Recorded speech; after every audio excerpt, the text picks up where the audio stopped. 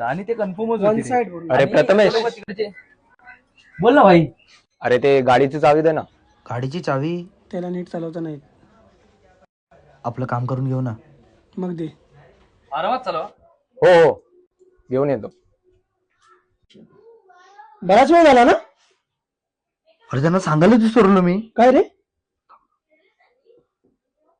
Hello.